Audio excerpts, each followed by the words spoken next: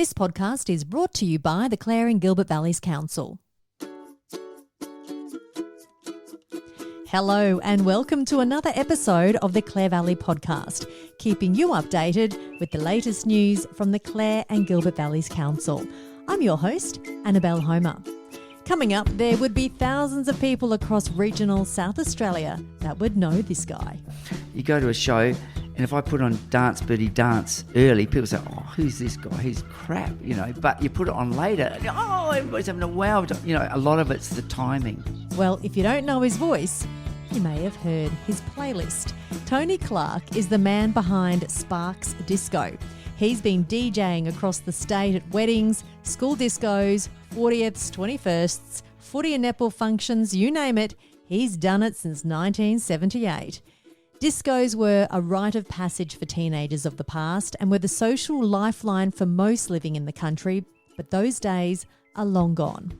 But despite the disco decline, Tony is still sought after. He'll be recreating his legendary beats at the Back to Tarlee Disco on April 20th. Later in the episode, we'll be skipping down memory lane with Tony about the good old disco days. But first, let's get the latest from Council headquarters with Council CEO Dr Helen Macdonald.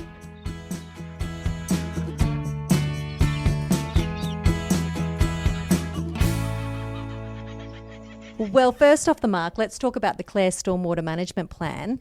There's been an update on this plan. It's been in the works for a couple of years, I understand. What's the update? Because of the improved LiDAR data that we became aware of, we decided before making decisions of investing millions and millions of dollars that we should be making sure that we're actually investing in the right areas. So we got the Stormwater Management Plan for Clare and are doing so for the other communities updated.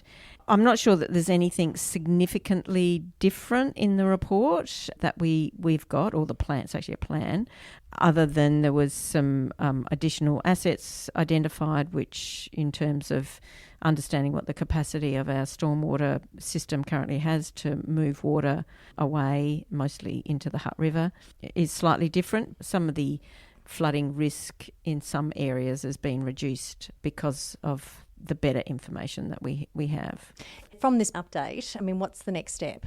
So the next step is that administration will sit down with the elected members and just look very closely at what is recommended in the plan in terms of infrastructure that needs to be installed, and we will develop an implementation plan. So the things that Council will do to mitigate flooding, no doubt there will be a plan that will be implemented over a number of years. That's what essentially will happen. So we'll have a way to work towards addressing potential flooding issues in Clare. If you would like to see the updated plan and the mitigation options that Dr Helen Macdonald refers to, the plan is available in the latest Council agenda on the website.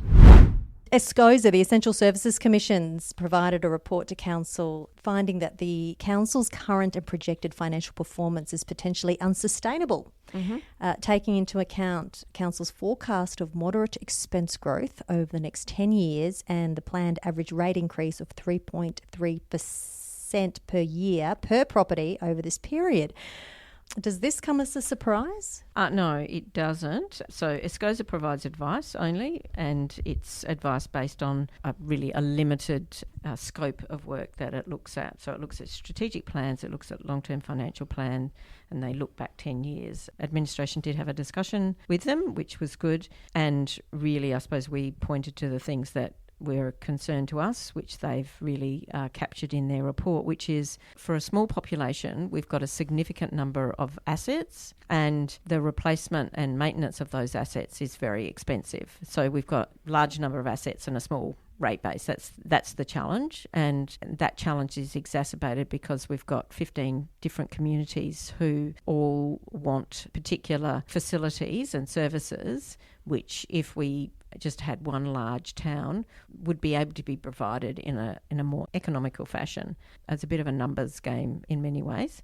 The issue is really about our assets, our ability to maintain those assets. And there was a number of other sort of minor issues they had identified in terms of providing a bit more report around in our annual business plan and annual reports around council's future in terms of sustainability, but also in terms of assets going to be spent on. And if we have rates above CPI, then why do they need to be above CPI? So it's a range of things that they thought we could provide the community with a bit more information. It's simply advice? It's advice. Council doesn't have to take any notice of it whatsoever. It just needs to ensure that their recommendations and what they identified, so which is what we've put in the table in the report that went to council on Wednesday, that needs to be reported back to the community. You know, if ESCOSA is advising us to do one thing or identifying something they think is a shortcoming, then it's only reasonable that the community have a sense of, well, how does management understand that and how do they think they'll respond to it? Mm-hmm. So if you'd like to see that information, again, it's part of the agenda. A new policy was drawn up on the distribution of funds from the sale of council assets, which essentially means that the entire community can now be involved in how the revenue that's generated from the sales can be spent. It's part of the process of us working through our built assets and disposing of those assets where we can. When we commenced this process 3 or 4 years ago now, council made the commitment that any buildings that were sold, the funds from those sales should stay in the community where the building was. So if you're going to have that money, then how does that money get spent in that community? I suppose council could be the one that makes the decision, but to enable greater community participation, we thought it best to create a process where organisations across that particular community could make submissions for whatever funds were available, and therefore there to be a decision-making body that would work through those and then make a recommendation to council. Mm-hmm. I mean, ultimately, at the end of the day, council has to sign off on the decision, but basically to try and have a process so those funds get invested as wisely as possible and to the greatest benefit of the community. Back in October, Council authorised the Mayor to arrange for a conduct of a forensic audit of Council's procurement activities in regards to capital purchases and operational expenditures for recent financial periods. So firstly, what is a forensic audit? In my limited understanding, because I've never been part of a forensic audit, but my understanding of forensic audit, you would normally ask for that when you think there's some misdemeanour happening within an organisation, there's corruption or you're not being provided with the correct information. So is that what's happening here? Well, not to my knowledge and not from any audits that we've had annually. Nothing's been identified in terms of any wrongdoing. So it's not that. The way in which it was described by the elected member and the mayor for that matter, the elected member who put this resolution that there be a forensic audit, was to improve our processes. We have that scrutiny annually. We also do internal audits which identifies where we're either not following processes or procedures and ensure that we correct whatever it is that we're not doing properly. This particular audit is to look at procurement, so how we procure those services that we have, so big contracts, etc. And also my understanding of the scope of works that was developed by the elected member was to look at how well our budgets are developed and presumably how we perform against those budgets. So has there been concerns in the past about how processes have taken place in regards to procurement? Well, recently there was identified that there was a contract which had the option to be extended, so that contract was extended. It should have gone back to council for approval. However, it was the officer that was managing that contract wasn't aware that there was a council resolution that was required to be adhered to, and just allowed the contract to be extended. So that's certainly something that we've identified that happened, and we had tried to update our procurement policy to ensure it didn't happen in the future.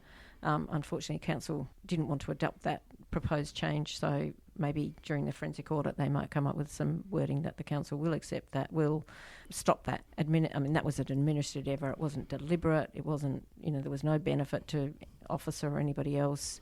It was just wasn't following process. Yeah, it was just a process that wasn't followed. Mm-hmm.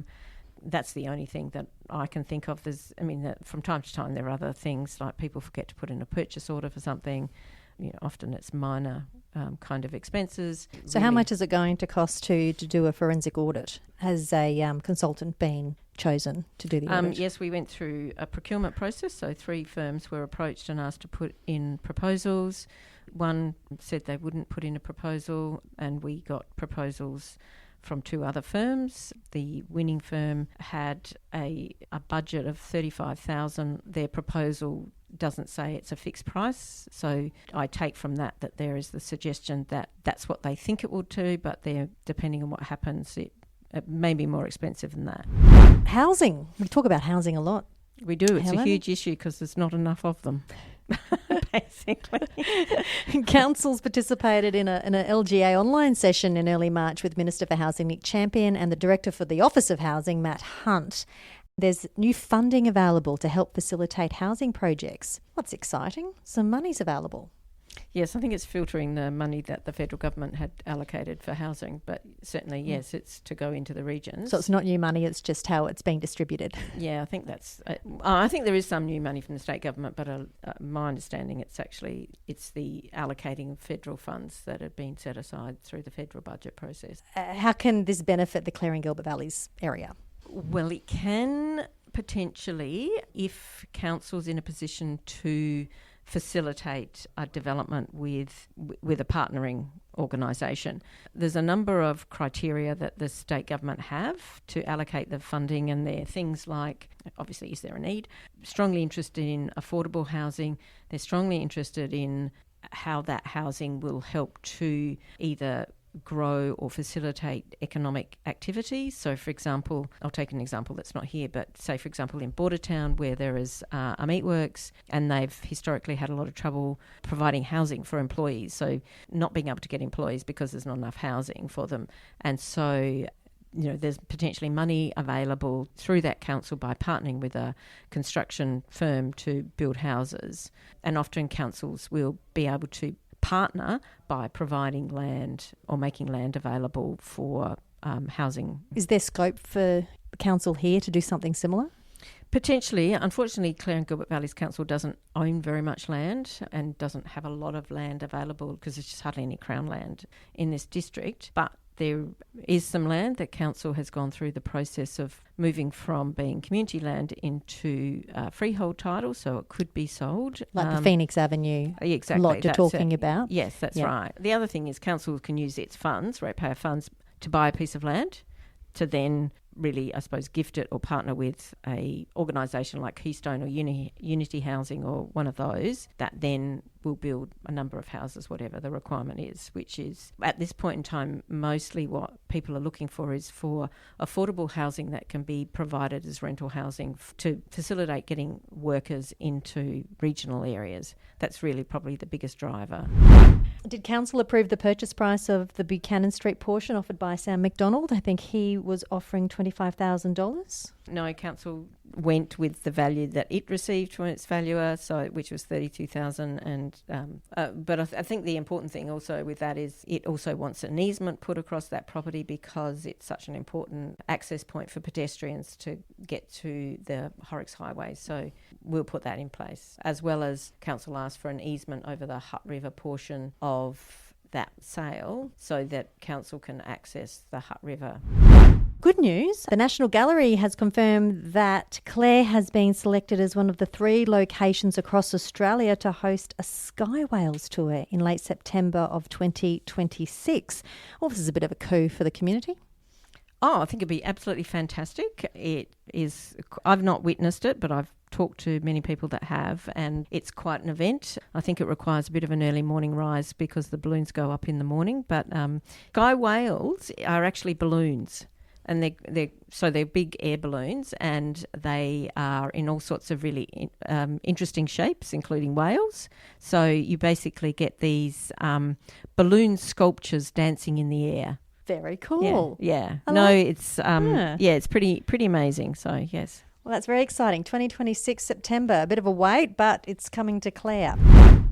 There were calls to extend the 50-kilometre zone along the segment of Horrocks Highway from the Clare Valley Art Gallery to the southern side of Windaree Road due to concerns of raised traffic volume, leaving the Clare Rise Bakery and Greg Cooley Wines. Was this accepted or rejected? No, council didn't accept that. Why was that?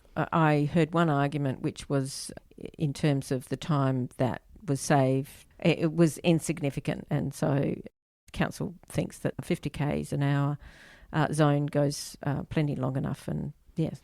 So they don't think it's a safety concern at all? No. Another point that was discussed in the council meeting this past month was the extension of the lease and increase of funding of the Clare Valley Wine, Food and Tourism Centre. The centre wants an annual grant of $250,000 from January next year. That's an increase of $50,000 from the current grant, plus the grant to be indexed each year against the March CPI figures for a term of 5 years. So what was the council's decision on this? So council decided that it would take on that request as part of its budget consideration. So basically it's acknowledging it's had that request. It's acknowledged the request in terms of what has been asked for, and that will be part of its budget consideration. So, which is, fair and reasonable, because it's important that any request for funding that's outside of what is council's mandated to provide is considered in the context of the whole budget process, not in isolation. I mean, obviously from the meeting on Wednesday there's quite a lot of support. It's not universal, but there's quite a lot of support for the centre, not necessarily in terms of what has been asked for, but certainly I think there's certainly support there. The centre's running expenses have risen, plus their annual rent has increased with CPI over the last 5 years. However, their grant that they receive from council hasn't been indexed. So in relation to indexing the grant, did councillors think that this was a fair enough request? Because if your expenses are higher but your grant stays the same... Welcome to the world of funding. I think there's numerous organisations that are dependent on state and federal funding that have that challenge that faces them. I think the thing to acknowledge about the Hut Centre and the Visitor Information Centre is that most visitor information centres across South Australia are part of council's function, so they're something that a service the council provides.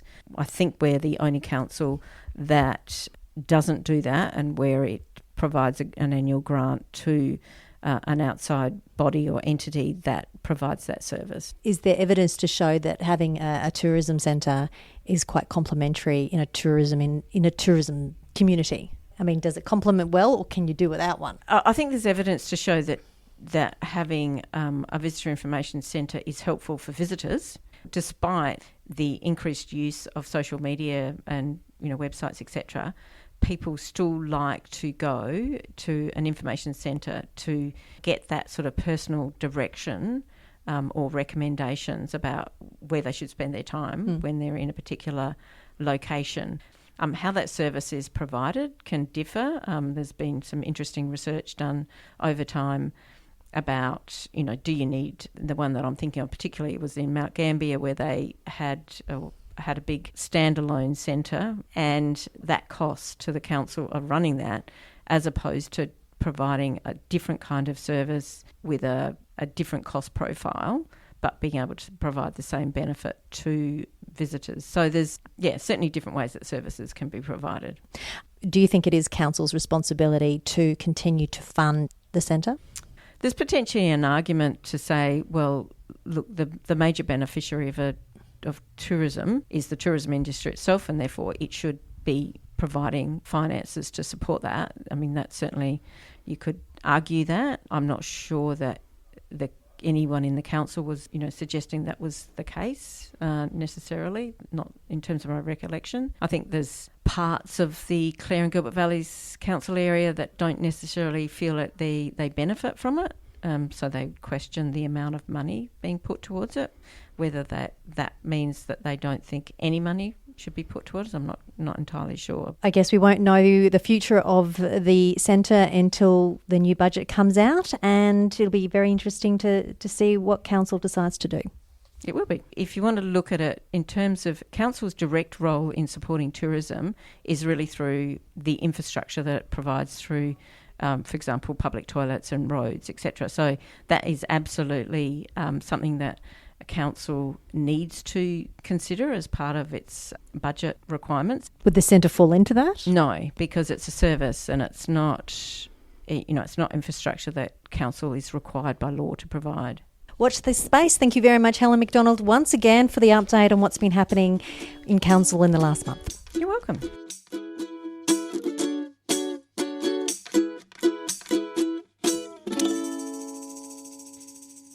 Who can remember going to discos during the 70s, 80s and 90s? They're few and far between now, but the community of Tarlee is about to change all that as they're bringing theirs back on April the 20th. Around 300 people are converging on the lower North Town to revive the atmosphere that once filled the Tarlee Institute to help raise funds for Tarlee's inclusive playground project. Heading up the entertainment is the Barossa Aussie rock cover band, the Barking Ants, and DJ legend, the frontman of Sparks Disco, Tony Clarke, a man who's been entertaining crowds on the dance floor for 46 years. The farmer from Tarlee is considered an absolute icon, giving back to communities near and far, helping with their fundraising efforts by providing the music for their event. He's old school. He still uses his records and CDs, not this download songs from the computer business. Let's find out more about the man behind the music, Tony Clarke, and how a reserved country boy got into DJing in the first place. It's such a privilege to meet you because I've heard so much about you and I have spoken to a couple of locals and you are considered a legend in these parts. Yeah, they like to bullshit a bit. Let's start from the very beginning. Where did the love of music or DJing come into be? I think I've always kind of liked music, but never really could afford to have it because, records were $1 and I was getting $5 a week, so I didn't want to waste money on a record that I might not play again. When I was working on the farm, I wasn't making a lot of money, so I did some sign writing, went out wool classing, got a wool classes certificate, did a bit of work down at Vote Engineers, which is a local engineering down here, welding and that sort of thing.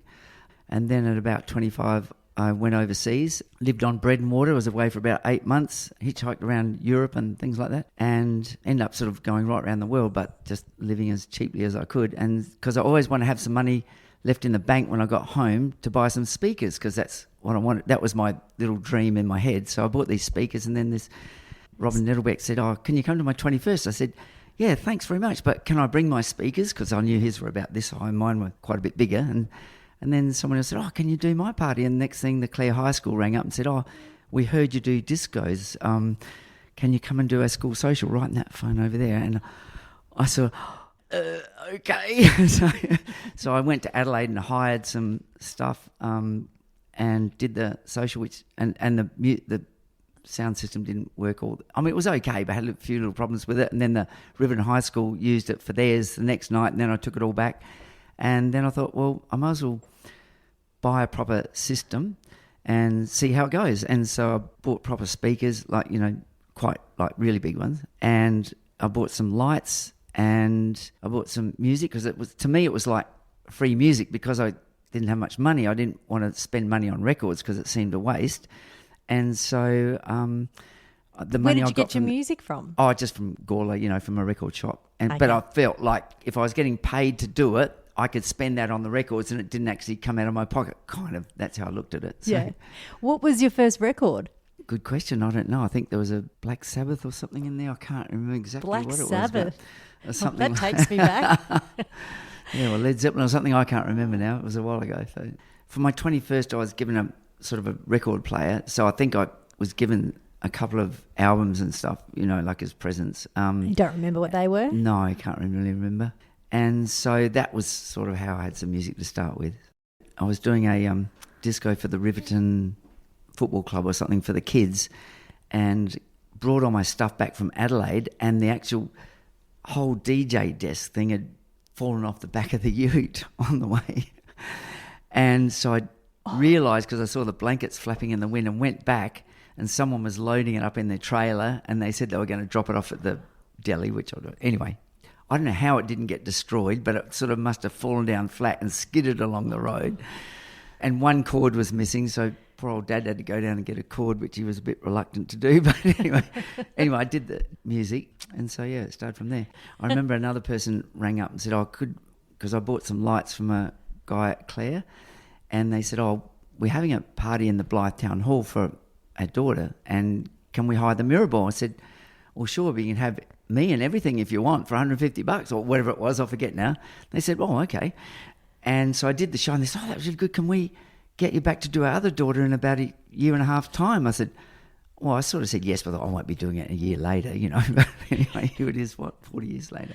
Yeah, 46 years later. And whoever would have thought lugging or putting all that stuff in and out of the trailer, rolling up those cords. I mean, if you said that was going to be what you had to do, you just think, oh, no way I'm doing that job, But anyway. In fact, now, when I do a show, I've still got records, CDs, and, like a lot. When you go to Adelaide, the DJs have got like 3 things probably. They've got the little mixing thing, and a laptop and a couple of speakers, But I seem to have a heap of stuff. But then I thought, I really want to do a show. I don't want to just do the music, and I want to have lights and, make the effect a bit, give the atmosphere a bit. And it's obviously still the good old traditional disco kind of feel, I presume, that you still emulate.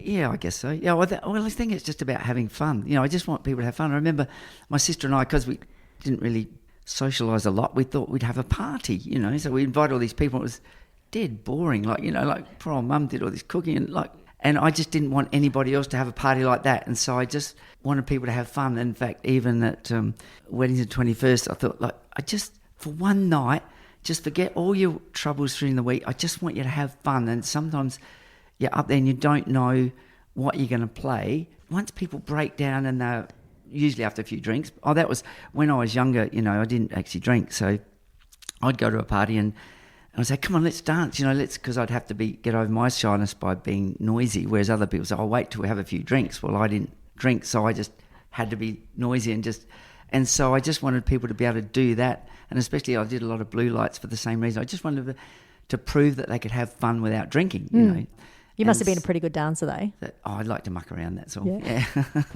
You started your discoing or DJing career in 1978. So that's 46 years ago. Yeah. So over the last 46 years, Tony, how many events do you think you've done?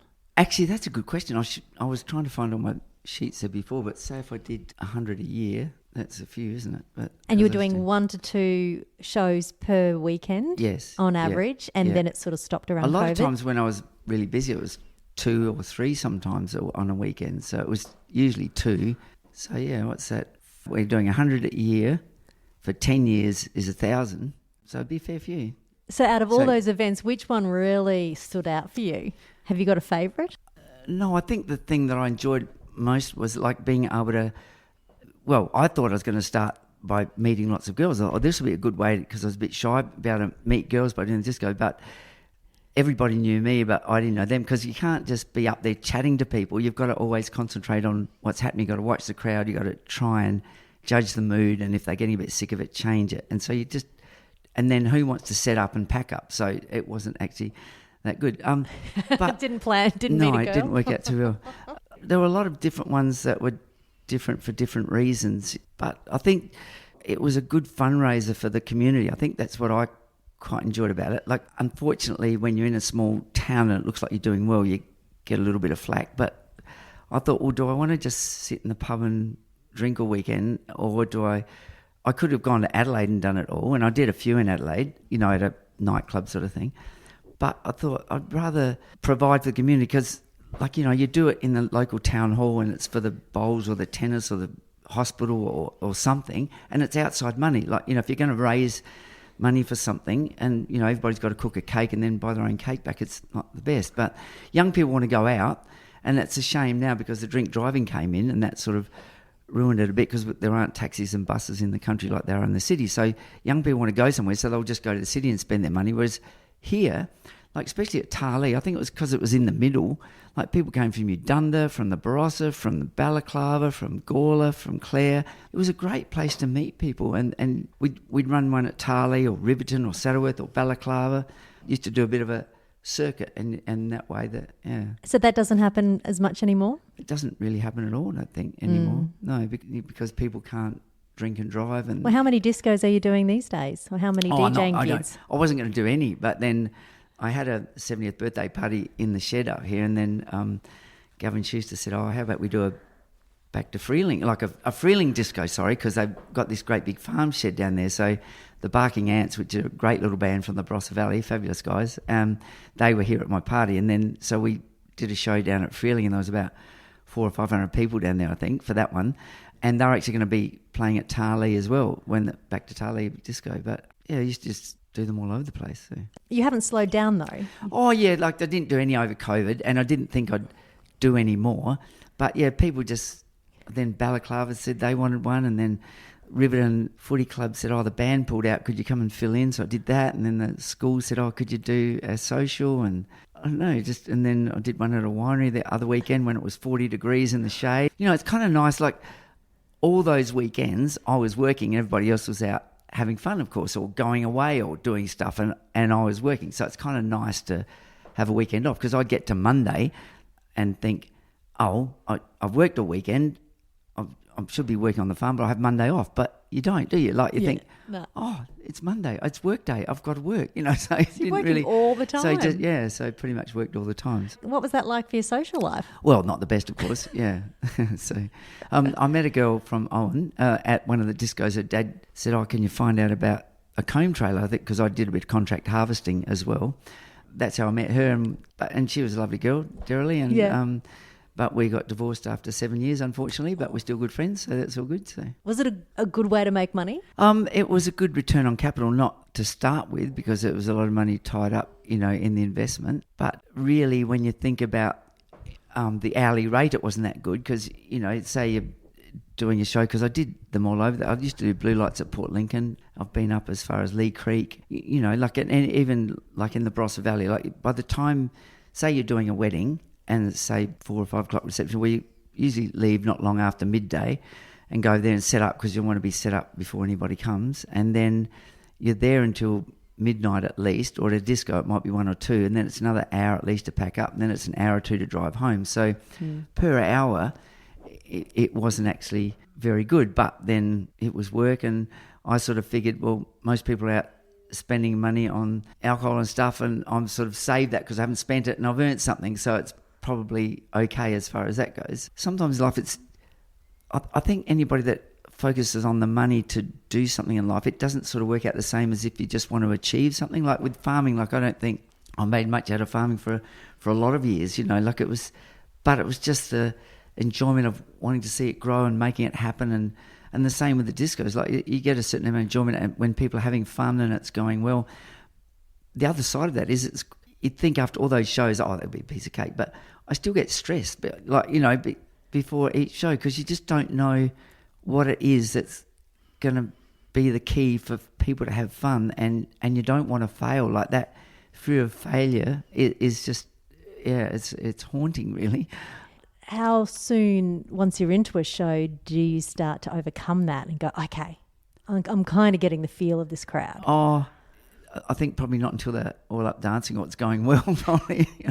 Have you done a show where it's taken a while for people to get up and dance? I remember doing a show at Gawler a long time ago. It was a bloke's 21st or something, and there were hardly any girls there, and I ended up just playing music because I just couldn't do, there was nothing I could do. I tried everything. There was nothing I could do to get those blokes. But they were happy. That was what they wanted. They just wanted some music so they could drink, so that was okay. Now, I remember doing another show, because I did lots of school socials, and I did one at Kadina, and I was playing what I thought was good music that worked, and they started sitting down on the floor. I thought, oh no, this is like a nightmare, and they wanted all this music that was kind of, I thought, grungy and crap, but they wanted, so I played it, and once I played it and they were happy, and then away it went, and so that was okay. And another one I remember doing at Saddleworth, it was we wanted to have this disco in the Saddleworth Hotel, and we kind of made it was only 8 to 12, because in the hotel the licence finished at 12, it wasn't late. And we called it a sophisticated disco, like you had to get dressed up to go there. You couldn't just, like, at the normal discos, people rolled up in their footy shorts and, thongs. It didn't really matter what you wore. It was okay to come in. But at this one, you had to have a neat, like, we had a dress code to get in. So people were a bit nervous. They'd come in and I was playing stuff and no one was dancing. And I thought, oh, no, what are we going to do? So I just, for some reason, put on Thank God I'm a Country Boy, which is a crazy song. I mean, who's going to play that at a disco? But I just put it on. And because it was crazy, people got up. They're, oh, we can have fun now. It's okay, And so it just sort of started. And sometimes you don't know what that is. So you're just winging it pretty much. Pretty much, yeah. And do you get dressed up? Or do you have a particular style that you go with every single disco? No. I used to dress up a bit one time. Yeah, I remember I used to, because I was doing those Auburn Players, I remember I don't know why, but I used to put this black makeup around my eyes, like some black eyeliner stuff. I don't know where I got it, why I didn't. I'd buy these old suits from the op shop and put them on, and I don't know, it's just crazy. I don't know. And now I don't dress up that much, but sometimes because I don't really care what I wear. I think I've got to be a little bit crazy. Sometimes I put wigs on, because it just makes it more fun, Well, isn't DJs also, they have to be the showman? You have to be the performer? Isn't that what's expected of a DJ these days, or has it always been that way? I don't think it's expected these days, because at shows where I've been that I've seen DJs, they just stand there and play music. They don't do or say anything. And I think talking to people is what involves them. And we had a lot of shows where we got bands up, because I'd like to sometimes have lots of different ideas. I didn't want to have the same thing. In fact, I bought this big video screen. When video discos were first coming in, there was nothing around it, and I didn't want a TV screen in the corner. I wanted this big screen, and so I got this projector from Melbourne, and the guy was supposed to fly over, and I gave him all this deposit, and he didn't turn up. Anyway, saved up some money, bought another one, and the screen was like 12 foot wide by about 8, 9, 10 foot high. Anyway, it's quite big. I started doing video discos, because I just wanted to keep changing. Sometimes at Balaclava, sometimes we'd have the West End girls up to dance, or when I did the shows at Saddleworth, we'd have a comedian, or sometimes we'd have keep things different. Dancing competitions, or Oh, cool. With the bands that stood up there and sort of, we're rock stars, we don't care about you, they were never successful like the bands that would talk to people, because they involve people. And sometimes, like the Barking Ants are great at that. They get people up on stage, even sing along sometimes, or, how you going? It makes a huge difference. So is that what you do? Yeah. You get people up? Oh, yeah, sometimes, yeah. Get them on stage, or get them to be guest DJ or something, or just talk to people and just ask them what they want, or, just pick things out and just kind of make it fun. So, do you really get into the dancing yourself? Sometimes, yeah. Sometimes I even get up on the speakers. I've been known to dance on the speakers. So. That's awesome. So, yeah, just make it a bit crazy. So. Quite often at a disco, which you think, not a disco, but I used to do a military two-step. In fact, when I was at Freeling, they said, can you do a military two? I said, yeah, sure. So, but I didn't think that's not sort of cool at a disco to do a military two-step. But especially at a wedding when there are two groups of people that don't know each other, if everybody's up on the dance floor, especially for the bridal waltz, and you don't play too many songs before they all go and sit down, I like to get them to do a military two, and I'll teach them how to do it like standing there, and get them to run through it a couple of times, then do it to the music, and then get them to change partners. And the whole room just lights up. People go, whoa, who are you? How are you going? Because... And the same at a disco, if they all do it together. The only time it didn't work was once an Italian wedding where people didn't want other people dancing with their wives, and that failed. But in fact, I might even, now that you remind me, I might even do it at the Tarlee Disco, because it is kind of fun, and people mix up and muck around. And it's like the old nut bush and all those things, they're kind of fun when everybody gets up. And in fact, sometimes if it's not working, put the nut bush on and everybody gets up. Going back to the music, what's your favourite decade? So I suppose the 70s and 80s, that sort of music, it's got a bit of a beat and you can have fun. I think I was lucky to be doing it in that era for a number of reasons, because there wasn't the drink driving, people just drove within their limits, that was, everybody understood. And there wasn't so many restrictions, I could just go to the record shop and buy the records, and now you got to kind of download it and all this stuff. Like, it was a lot easier to go to the record shop and say, what's on the top 40? I'll have a little listen. Oh, that's a good... I like anything with a beat that can have fun, like, and that's usually what I bought. And you can sing along to it. Even kids now, like, well, the school social did the other day, they gave me a big list of songs, and some of the stuff you think, you're not going to have any fun to that song. It's, you might want to listen to it at home when you're sitting in your chair, but this is not. And a lot of the older stuff is what they really enjoy, and they know it, and they sing to it and have fun with it. And I kind of like that music with a bit of a beat, that's... Can you give me some examples of what are your staples? Sandstorm, Darude, things like that have got that are quite creative. I mean, some of the things that always work are like Shania Twain, things like that. Man, I Feel Like a Woman. Yeah, one. All those. Yeah, you got it. You can DJ the next one. Good job. Yeah. Oh, no one needs to hear my taste in music. So yeah, it was a good era to be going through. I think I was very fortunate to go through that era. Well, how do you deal with music in today's era? Well, a bit tricky because I haven't been doing that many in today's era, but I do a few. That Siobhan the backpacker that's helping out at the moment has been organising music a little bit on the laptop for me. See, I'm more visual, I think. I've still set up with my records and CDs because I've got this box, got the slow ones, that box has got the disco, that one's got the rock, and so I can sort of visualise and pick them and have some near the front. Whereas if it's just a list on a spreadsheet, it doesn't sort of seem quite the same. It doesn't give me quite the feel. And so I know it's a lot of work lugging all these bloody boxes in and out, but it's sort of how I feel it better, I think. Yeah. And you will still use the records and the CDs when you go and do a show? Yeah. That's gold. Love it. Love it. I'm glad you do. Because you're right, because a lot of DJs these days just download their music or play from the internet. Yes. And we've heard of some instances where DJs have come to the country from the city and they realise they don't have any coverage. Oh, true. All right. And I'm sure maybe there's a system to be able to do it off of that, but I haven't to me it's just black and white writing on a piece of paper, whereas I know Start Me Up by the Rolling Stones is near the back of the box. I've got an S and I stand it up and I know it's there, and with I used to buy singles because when I put the single on, it plays that song. Like if it's on an album, you think, is it the third one in or the fourth, and you've got to count it. And sometimes when you're doing a show, the songs nearly run out before you decide what you're going to play next. A lot of times, because you think, they're getting a bit sick of this, I better change it. Because I remember doing a school social and I was playing all these like really good ones and they were getting sick of it. And I think, that's no good. So I went and did some other stuff and then came back, because you just need to change it. And sometimes it's the mood, isn't it? You go to a show and if I put on Dance Birdie Dance early, people say, who's this guy? He's crap, But you put it on later and, everybody's having a wow. A lot of it's the timing. We've talked about some of the challenges that you've faced when doing these discos. What have been the major wins that you've had? Do you remember a couple of shows that you've done where they're real standouts? Standouts for different reasons, I suppose. Like some of the Bachelor and Spinster balls were quite remarkable. In what way? In the fact that there were so many, there'd be a couple of thousand people, some more 1,500 people.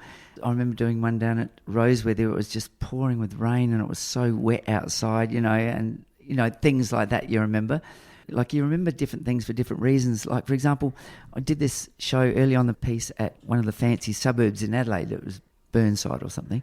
And, it was a very posh show and I'd set up out the back in the marquee and they had to get there early and people came in for hors d'oeuvres around the pool and then they came into the marquee and it was the 21st and, and I said, shall I play let's get some dancing. Oh, no. First of all, we have the soup, and then we have the main course, and then we have the sweets, then we have the speeches, and then we have the dancing, And people sort of looking down, who's the DJ, who's he, But then once it all started, all of a sudden you're a hero, like from being the shit kicker in the corner to, wow, mate, please can you play, anyway. And did it get a bit messy at those B&S balls though? To the point where you kind of started to think, this is getting a bit out of hand? Usually I was pretty much in control. Like, for example, in the local hall, like we didn't used to have bouncers. Like now you've got to have security guards and everything.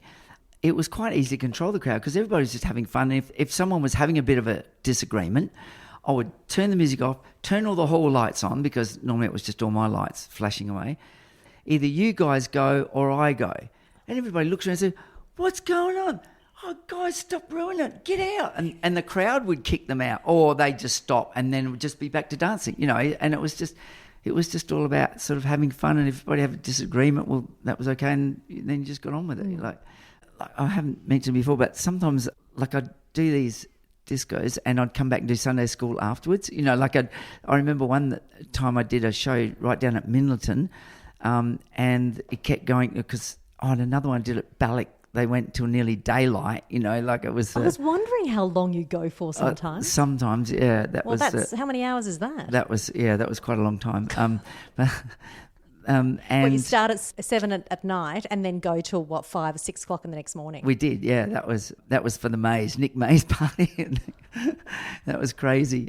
And sometimes you'd play quite late. So at Minleton, I packed up and drove back, and it was daylight by the time I got home. And because Susan Fuss and I were teaching Sunday school, and so I just rolled up with a trailer and did Sunday school. So you say you don't do as many these days. No.